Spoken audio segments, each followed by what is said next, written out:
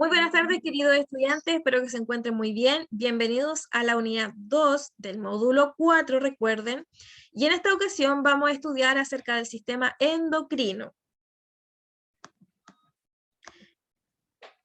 Para que los seres superiores puedan desarrollarse en su medio ambiente, normalmente, ¿cierto?, es necesario que cada uno de los diferentes órganos que lo componen funcionen en coordinación con el resto de los órganos. Para que se pueda lograr esta coordinación es que existen dos sistemas muy importantes que permiten esta regulación. Uno de ellos es el sistema nervioso, que ya hemos estudiado, y el segundo es el sistema endocrino, que es el que vamos a estudiar ahora, ¿ya? Por lo tanto, nuestro cuerpo necesita ser monitoreado, controlado y regulado frente a diversos desequilibrios que se producen, ¿ya? Normalmente nuestro cuerpo debería estar en una condición estable, en equilibrio, pero nosotros sabemos que a través de ciertos factores, ya sean estímulos externos, ¿cierto?, como internos, nuestro cuerpo no está ¿cierto?, todos los días en constante equilibrio, ¿ya? Por lo tanto, es que existen estos dos sistemas que lo están constantemente monitoreando para que nuestro cuerpo vuelva al estado normal de equilibrio, ¿ya? Cuando estamos en un estado de desequilibrio, se producen las enfermedades, ¿cierto? Y cuando ya nuestro sistema no logra mantener este equilibrio es cuando nuestro cuerpo, ¿cierto?, se deteriora mucho más y se produce la muerte. Por lo tanto, el sistema nervioso, para regular estos cambios, estimula estructuras denominadas glándulas, que tienen la capacidad de secretar, o sea, de producir y liberar una sustancia que se denomina hormona, o también en algunos casos se denomina un mensajero químico. ¿Por qué mensajero?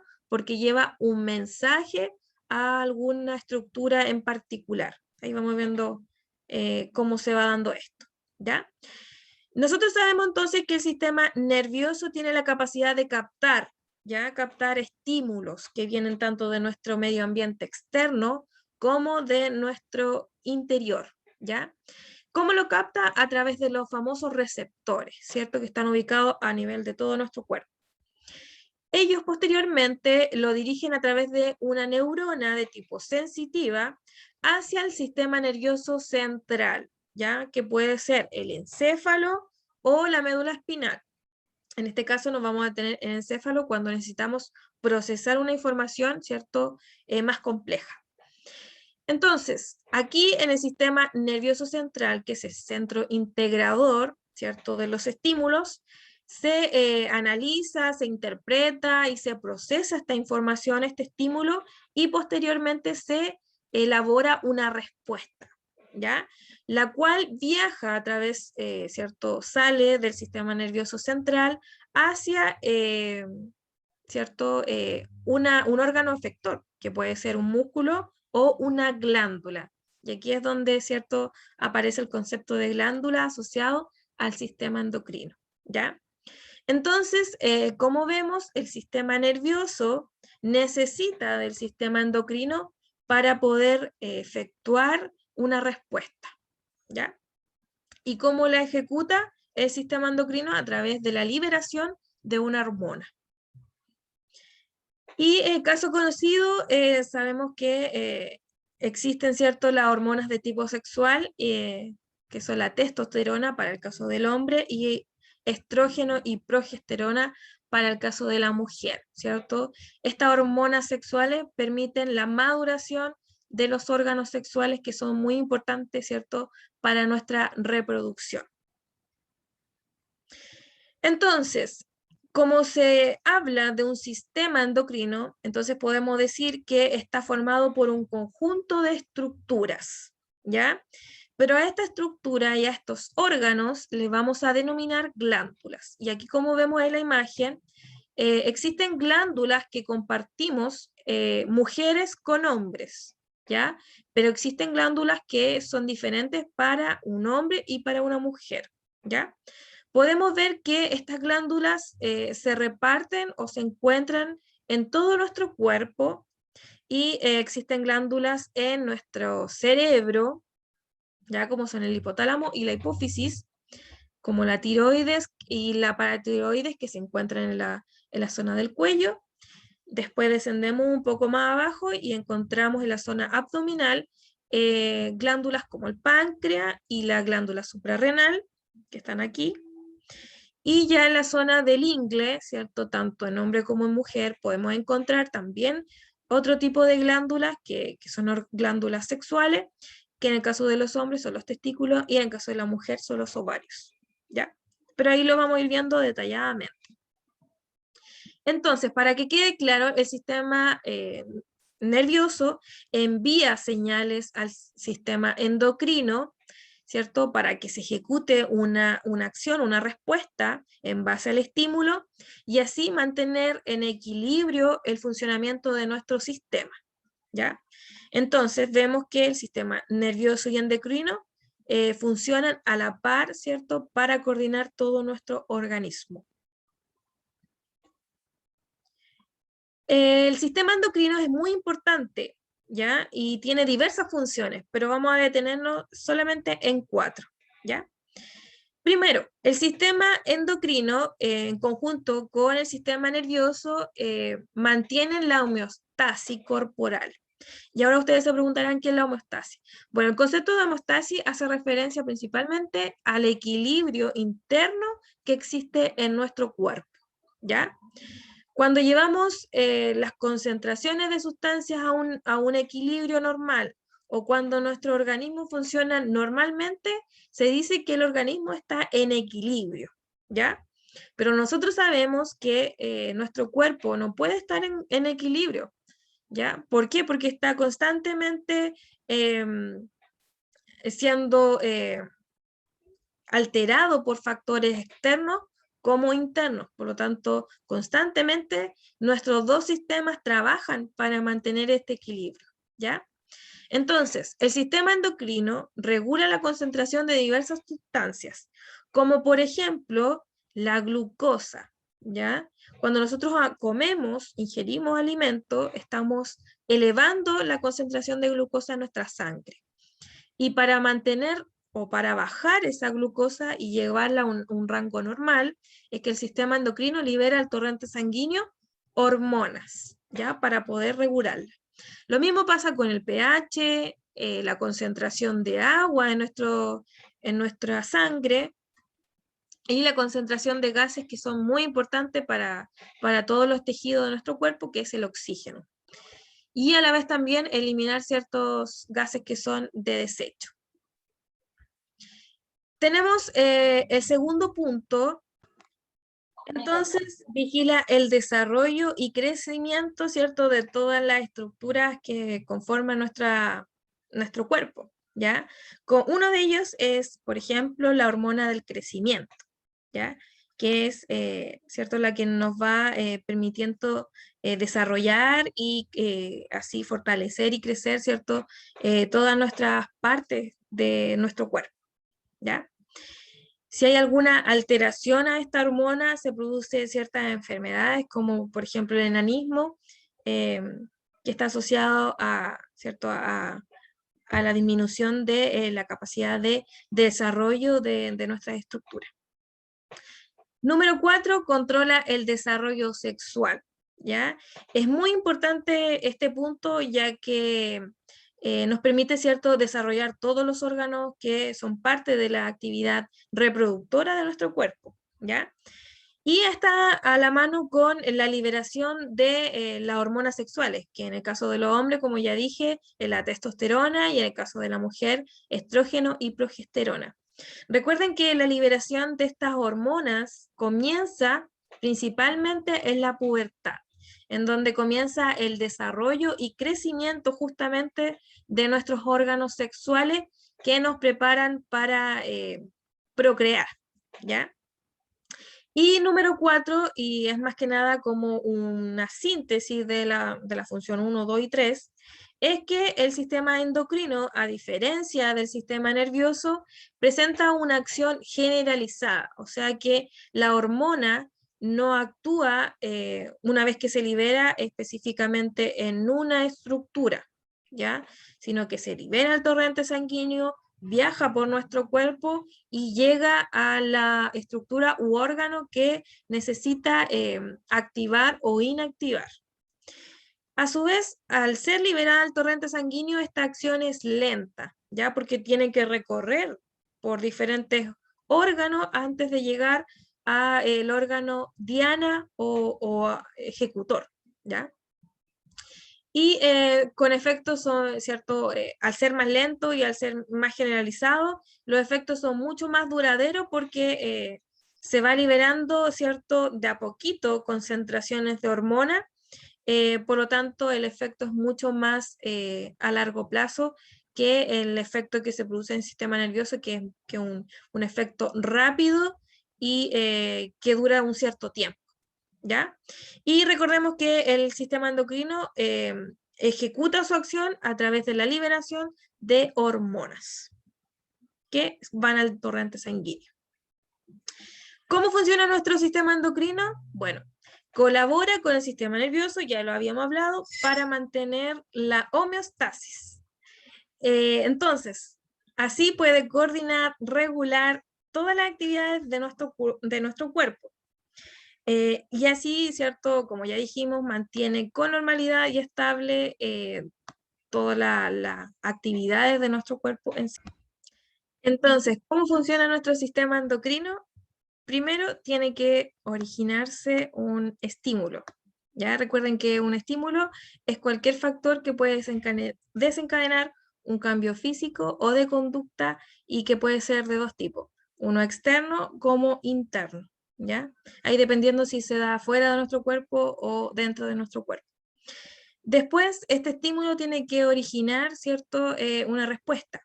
Y principalmente, ¿dónde se lleva a cabo esta respuesta? En el sistema nervioso central.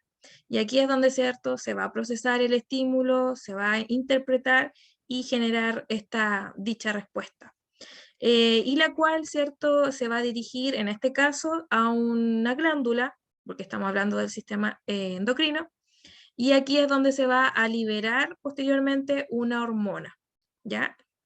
Y que va a ser este mensajero químico que posteriormente se va a liberar al torrente sanguíneo y va a producir una acción dentro de alguna estructura u órgano en particular. Y por lo tanto, así podemos producir, ¿cierto?, un equilibrio en nuestro cuerpo que se denomina como homeostasis. Por lo tanto, aquí podemos ver cómo el sistema nervioso, a través de la captación del estímulo, generación de la respuesta, está presente, y también el sistema endocrino a través de la liberación de las hormonas al torrente sanguíneo. Y aquí entonces podemos ver el sistema endocrino y nervioso cómo actúan en conjunto para mantener la homeostasis de nuestro cuerpo. Entonces, el sistema endocrino actuando. Aquí podemos ver un ejemplo de ello. Tenemos un estímulo que podría ser la succión, ¿cierto?, del pezón de la mamá por parte del bebé.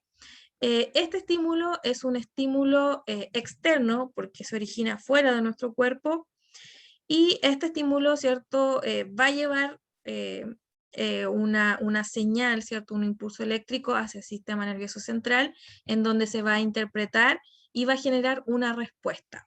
En este caso, esta respuesta va a activar una glándula, que es la glándula mamaria, y anterior a esta glándula mamaria, la hipófisis, que va a liberar una hormona que se llama prolactina, que va a ser la responsable de producir en sí la leche materna, ¿ya? Entonces vemos cómo a nivel del cerebro, que es donde se libera la prolactina, que es esta hormona, viaja por el torrente sanguíneo hacia la glándula mamaria, y aquí activa, ¿cierto?, a la glándula mamaria para que se pueda producir la leche materna. Y una vez que se produce la leche materna a raíz de este estímulo, tanto la mamá como el bebé, ¿cierto?, llegan a un estado de equilibrio, por lo tanto se produce la homeostasis que hemos venido hablando. Como ya dijimos, el sistema endocrino está formado por estructuras, ¿ya? Que se van a denominar glándulas. Ahora nosotros vamos a analizar cada una de estas glándulas de manera más general. Ustedes van a poder ir completando más detalladamente a través de la lectura de su libro. Y vamos a empezar, ¿cierto?, de la parte más alta de nuestro cuerpo, en donde podemos encontrar la glándula que se denomina hipotálamo, ¿ya? El hipotálamo está situada en el cerebro, como podemos ver acá, ¿cierto? En la imagen está en la parte, ¿cierto?, del cerebro, la parte baja del cerebro, ¿ya? En esta parte donde vemos acá. Su función es controlar otras glándulas del cuerpo, ¿ya? O sea, van a llegar información, ¿cierto?, referente del cerebro, ¿cierto? Van a llegar a esta zona y en esta zona se va a ejecutar una respuesta que va a estimular otras glándulas para que se lleve a cabo una acción. Controla específicamente, si bien controla otras glándulas de nuestro cuerpo, pero específicamente es la hipófisis la que va a recibir mayor ramificaciones en relación a neuronas para que pueda liberar ciertas hormonas que se producen ahí. En este caso, ¿cierto? Como ya dije, el hipotálamo va a controlar una región denominada hipófisis, ¿ya? Que es otra glándula muy importante dentro de nuestro cuerpo y que también está ubicada en la parte del cerebro, ¿cierto? En la parte baja, como la podemos ver aquí. Y esta glándula se divide en dos lóbulos. Tenemos el lóbulo anterior y el lóbulo posterior, ¿ya? Dos lóbulos. Por lo tanto, el lóbulo anterior se va a denominar adenohipófisis y la parte posterior neurohipófisis, ¿ya? Está regulada, como dije, por el hipotálamo, que es la estructura que está localizada un poquito más arriba, ¿ya? Que es la que vemos acá en la imagen, y que va a controlar a la hipófisis para que ésta pueda, ¿cierto?, liberar o no las hormonas que produce. Tiene como función controlar prácticamente toda la producción y liberación hormonal de nuestro cuerpo. O sea que ella produce hormonas, pero estas hormonas a su vez van a regular y controlar otras glándulas, ¿ya? Para que estas a su vez puedan producir o no hormonas. En el caso del lóbulo posterior, ¿ya? Se van a liberar dos hormonas, que son la oxitocina y la vasopresina, ¿ya? Y en el caso del lóbulo anterior, va a liberar otras más hormonas, que son la adenocorticotrofínica, la tirotrófica, la FSH, LH, prolactina, que ya habíamos hablado, y la hormona del crecimiento, ¿ya? Entonces, vemos acá cómo la hipófisis, ¿cierto?, actúa con el hipotálamo al recibir ciertas ramificaciones neuronales, perdón, ¿ya?, en relación al lóbulo posterior. Y aquí es en donde, ¿cierto?, se van a liberar estas dos hormonas que habíamos dicho anteriormente, oxitocina y vasopresina. En el caso de la adenohipófisis, también recibe ciertas aferencias del hipotálamo, y en donde aquí, ¿cierto?, se va a estimular a que se produzca la liberación de estas hormonas que ya señalamos. Pasamos un poco más abajo en la parte de nuestro cuello, perdón, y aquí también se localiza otra glándula que es importante, que se denomina la tiroides, ¿ya? Y que está alrededor de la tráquea, como podemos ver aquí. También se divide en dos lóbulos y que están alrededor de la parte central de la tráquea, ¿cierto? Su función es amplia, ¿ya? Producir principalmente una hormona que se denomina tiroxina. Más de alguno ya habrá escuchado de la tiroxina, que a su vez está enfocada en la aceleración del metabolismo corporal, ya sea esto producido a través de la oxidación de la glucosa y la descomposición de las grasas. A su vez también la tiroides es fundamental para la regulación de la temperatura y del crecimiento y desarrollo del feto y posteriormente al posparto, ¿ya? En donde son muy importantes que las concentraciones de esta hormona estén en un estado normal para que se forme, ¿cierto?, las estructuras del sistema nervioso en el bebé normalmente, y a su vez también se forme ciertos procesos que son importantes a nivel nervioso. Para que se forme esta hormona es muy importante mantener también una concentración adecuada de yodo, ¿ya? Por eso que se recomienda consumir yodo, y de hecho la sal también está yodada, ¿ya? Para evitar justamente enfermedades asociadas al déficit de la tiroxina o al aumento. También aquí en esta región de la tiroides, pero en la parte posterior de esta glándula, encontramos 4 lóbulos que se denominan paratiroides, ¿ya? Y tienen el tamaño como de una uva pequeña. Y tienen como función principalmente producir una hormona que es muy importante para la regulación del calcio, que es la parotormona, ¿ya? Principalmente, ¿cómo lo regula? Aumentando la concentración de en la sangre del calcio, ¿ya? ¿A través de qué? Ella específicamente actúa a nivel del hueso, en donde existe una célula que tiene la capacidad de degradar el hueso y así, ¿cierto?, liberar calcio y fosfato al torrente sanguíneo para que aumente este déficit de calcio. ¿Ya? Si es que nosotros no nos alimentamos correctamente y no estamos ingiriendo correctamente una concentración adecuada de calcio, es que el hueso, ¿cierto?, se comienza a degradar y comienza a liberar calcio al torrente sanguíneo, asociado a la paratormona. En la glándula, un poquito más abajo, ¿cierto? Y sobre cada uno de los 2 riñones que tenemos, existe una glándula que se denomina glándula suprarrenal, ¿ya? Y presenta esta forma triangular como la vemos acá, y que además presenta en su interior 2 estructuras que la podríamos ver detalladamente.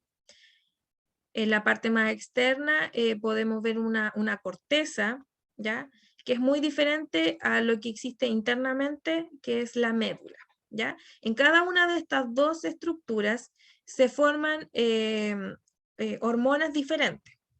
En el caso de la médula, se produce la adrenalina y la noradrenalina, y en el caso de la corteza se produce la aldosterona y el cortisol. En el caso de la médula actúa en conjunto con el sistema nervioso simpático, que vimos ya en la clase pasada, en donde recordemos que se activa frente a situaciones de peligro o estrés, ¿ya? Es por eso que se activa esta médula para que se libere la adrenalina y la noradrenalina, y en sí pueda producir en nuestro cuerpo, por ejemplo, acelerar el ritmo cardíaco, incrementar la concentración de glucosa en la sangre, que es muy importante para que nuestro cuerpo o nuestros músculos puedan actuar, y también producir la concentración de los vasos sanguíneos para que lleguen una mayor cantidad de flujo de sangre hacia las diferentes partes de nuestro cuerpo. En el caso de la aldosterona, principalmente aumenta la reabsorción del sodio y del agua en los riñones, y esto permite la presión sanguínea, ya mantener la presión sanguínea. Además, en el caso del cortisol, es una hormona que se produce o se libera principalmente cuando estamos en situación de estrés, ¿ya? Y principalmente, ¿cuál es su función? Es acelerar el metabolismo de ciertos compuestos orgánicos, como son las grasas, las proteínas, los carbohidratos, en fin, ¿ya? Y así aumentar la concentración de glucosa en nuestra sangre. Pasamos entonces al sexto glándula, que en este caso se denomina el páncreas, y que se encuentra ubicada en la parte de atrás del estómago y abarca, ¿cierto?, es una estructura alargada que inicia en el duodeno, ¿cierto?, en la parte del duodeno, y se extiende hacia el vaso, ya como lo vemos en la imagen. El páncreas puede liberar dos hormonas que son muy importantes para regular la concentración de glucosa en la sangre, ¿ya? Que son la insulina y el glucagón. Para que se pueda liberar, por ejemplo, la insulina a través del páncreas es que debe presentarse un estímulo, que en este caso el aumento de la glucosa. Por ejemplo, cuando nosotros almorzamos o cenamos o en fin, comemos, nos alimentamos, ¿cierto? Por lo general estamos ingresando una mayor concentración de glucosa en nuestro torrente sanguíneo.